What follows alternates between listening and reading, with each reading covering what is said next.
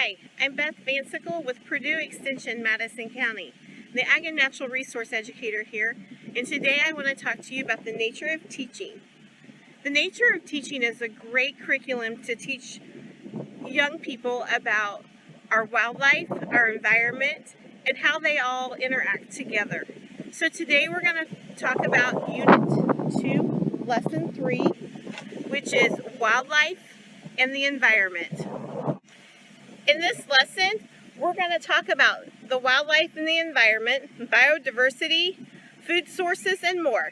We'll have a couple of activities to work with you to help learn as we go. And the great thing about our nature of curriculum is it meets the Indiana standards for education. So join us to learn a little bit more about the nature of teaching and the wildlife in our environment.